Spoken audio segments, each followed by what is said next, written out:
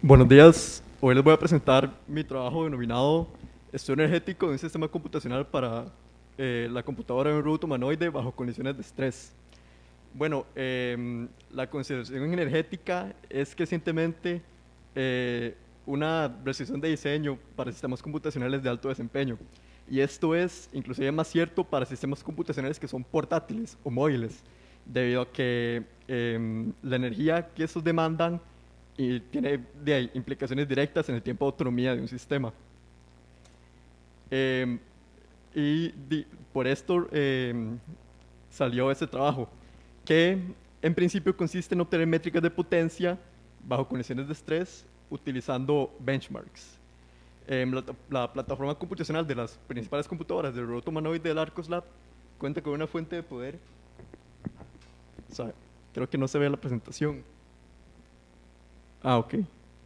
Disculpen. Ahí. Mm, Ah, ok. no sé, creo que.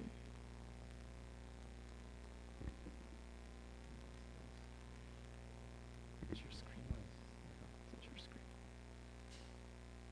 PowerPoint.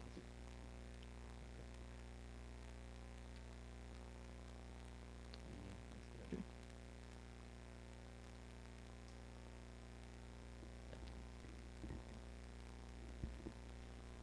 Bueno, disculpen el inconveniente. Como decía, el principio de este trabajo consiste en obtener métricas de potencia bajo condiciones de estrés utilizando lo que son benchmarks, ya que la plataforma computacional del robot móvil del Arcos Lab cuenta con una fuente de poder especializada. Esa fuente de poder no utiliza 120 volts de corriente alterna como la mayoría de fuentes de poder, sino que utiliza a su entrada 48 volts de corriente directa, ya que es una fuente de poder para aplicaciones donde la alimentación son baterías, son aplicaciones móviles. Eh, y primero tengo que definir qué es un benchmark. En este contexto, un benchmark es una prueba de rendimiento para medir el desempeño de una solución bajo ciertas condiciones. Lo que se hizo fue utilizar benchmarks para estresar diferentes componentes de hardware de la computadora y así generar altas cargas en esos componentes. Por estrés se entiende elevar la carga sobre un componente bajo cierta condición hasta acercarlo al fallo.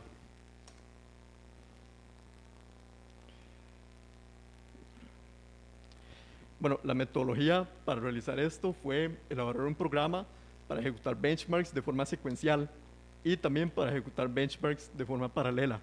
Eh, el criterio de selección de estas pruebas de rendimiento o benchmarks se basó en que cargaran componentes específicos de hardware.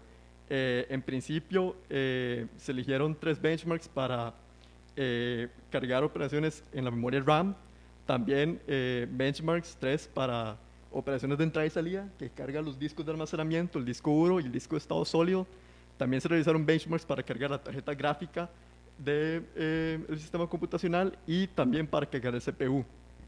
Eh, Estas mediciones de potencia se realizaron midiendo la corriente con medidores de gancho en las líneas de 12 volts, 5 volts y 3,3 volts de la fuente de poder. Más específicamente se midieron las líneas de 12 volts, 5 volts y 3,3 volts de la tarjeta madre, los puertos de la tarjeta gráfica y las líneas que van hacia el disco duro, que es el que se denomina SATA Power HD. Al correr un benchmark, se esperaba que esta corriente se elevara a un valor estable máximo y se anotó este valor. También se midieron las corrientes de entrada para más adelante hacer cálculos de eficiencia energética sobre la fuente de poder. Para poder explicarlo más a detalle, aquí tengo un video de la configuración experimental corriendo el programa que corre distintos benchmarks. En este caso va por la prueba de rendimiento que elabora una prueba gráfica para estresar la tarjeta gráfica de la computadora. Aquí se pueden ver las ondas. Aquí, ajá, aquí están conectadas las ondas para medir la corriente sobre la tarjeta gráfica que están conectadas a un osciloscopio mientras se ejecuta la prueba actual. Y se espera que el valor de la corriente se estabilice en un valor alto. Aquí todavía no ha empezado la prueba, pronto la corriente va a subir y se va a estabilizar. Y es en ese momento en el que se anotaría este valor. Aquí se puede ver ya cuando se cargue el componente y se logra un alto estrés para hacer notar el valor de la corriente. También es importante mencionar que aunque esta fuente especializada va a correr en baterías de 48 volts, como se está haciendo pruebas antes de ponerlo bajo operación, todavía no están conectadas a las baterías, porque se está usando una fuente de poder que funciona como un transformador para transformar los 120 volts a 48 volts que irían a la fuente de poder especializada. Esto básicamente lo que simula es la limitación por las baterías. Y aquí se puede ver más a detalle pues, el setup de la configuración experimental. Corriendo los 12 benchmarks, 12 pruebas para cada componente que se probó, se obtuvieron pues, distintas métricas de potencia. Como se puede ver, bueno, en la primera columna se ve cada prueba que se hizo. Las pruebas para la memoria RAM, para los discos de almacenamiento, para la tarjeta gráfica y para el CPU. Aquí lo que se ve son las líneas de alimentación de la fuente de poder. Estas líneas de 12 volts, 5 volts y 3 volts corresponden a la tarjeta madre. Se puede ver las corrientes que se midieron y la potencia resultante a partir del voltaje de dichas líneas. Aquí se puede ver lo mismo para las mismas pruebas, pero para las líneas que van en la tarjeta gráfica y en los discos y en el disco duro mecánico. En el caso del disco duro, solo se midió la corriente para las pruebas que estresan específicamente el disco duro, que son las siguientes. Para el resto de pruebas se asumió que la corriente que se consume en el disco duro mecánico pues, es la corriente que consume en actividad o sin pruebas. Sumando la potencia que se consume en todas estas líneas es posible determinar la potencia del sistema total, sumando pues la corriente que consume o la potencia resultante de cada línea de alimentación de cada componente. Entonces aquí se puede ver que pues en un estado de actividad o sin pruebas la potencia total del sistema es de 88 watts, mientras que corriendo muchos benchmarks que estresan todos los componentes de forma paralela se logró un consumo de salida de 328 watts. Sin embargo, se puede ver que la prueba que obtuvo un mayor consumo de potencia, que es la que se llama NAMD-CUDA, que estresa tanto el CPU como el GPU, fue la que obtuvo mayor consumo. Esto es porque cada vez que se corre la prueba hay un momento repentino de la prueba en el que la corriente se alza bastante. Eso siempre pasa. Es en este momento repentino que pues, la carga sobre el sistema es pues, muy elevada. Y en la figura, bueno, en la figura 1 se puede ver también la potencia total de las pruebas que más carga generan sobre los diferentes componentes. Por ejemplo, la prueba Stream es la prueba que más demanda realiza sobre pues, la memoria RAM. La prueba Vbench es la prueba que más demanda hace sobre los discos de almacenamiento, y así para la prueba más demandante del GPU, del CPU y pues para las pruebas en paralelo. Además de esto, también se midió la corriente de entrada. Esta corriente es la corriente pues, que entra a la fuente de poder especializada.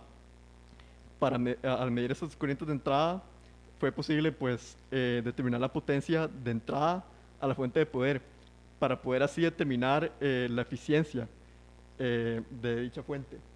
Como se puede ver en un estado de inactividad, la eficiencia es muy alta, la eficiencia determinada es de un 99%, mientras que estresando mucho el sistema y generando altas cargas, la eficiencia se reduce hasta un 75%.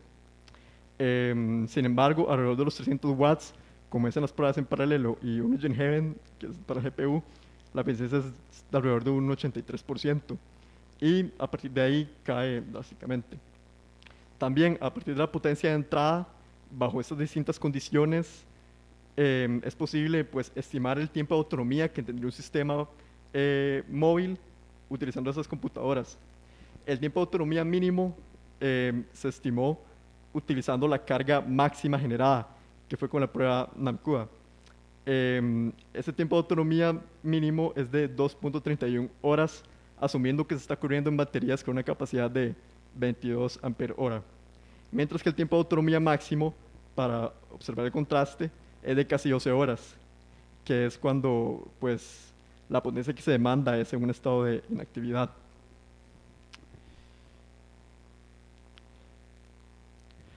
Bueno, a partir de esto, pues se lograron obtener métricas reales de potencia demandada bajo altas condiciones de estrés. Y pues se logró efectivamente determinar la eficiencia de la fuente de poder y el tiempo de autonomía. Estos valores son consistentes y además se demostró que pues al utilizar benchmarks para sobrecargar distintos componentes, la potencia determinada es drásticamente mayor que pues, en un estado de inactividad o sin utilizar benchmarks para generar cargas elevadas. Esto genera pues, bastantes aportes. Primero, porque estas métricas permiten poder diseñar una fuente de poder adecuada, de tener una fuente de poder que es capaz de suplir una capacidad continua de potencia para condiciones máximas. Además, estas métricas permiten pues, realizar un entendimiento de la capacidad de funcionamiento de un sistema móvil en distintas condiciones, ya que es posible saber cuál es el tiempo de autonomía del sistema bajo diferentes condiciones de carga. Y por último, esta metodología también es aplicable en pues, otros sistemas computacionales para poder obtener métricas reales de potencia bajo distintas cargas arbitrarias que el investigador quiera realizar y así poder ejecutar un análisis energético sobre cualquier sistema. Muchas gracias.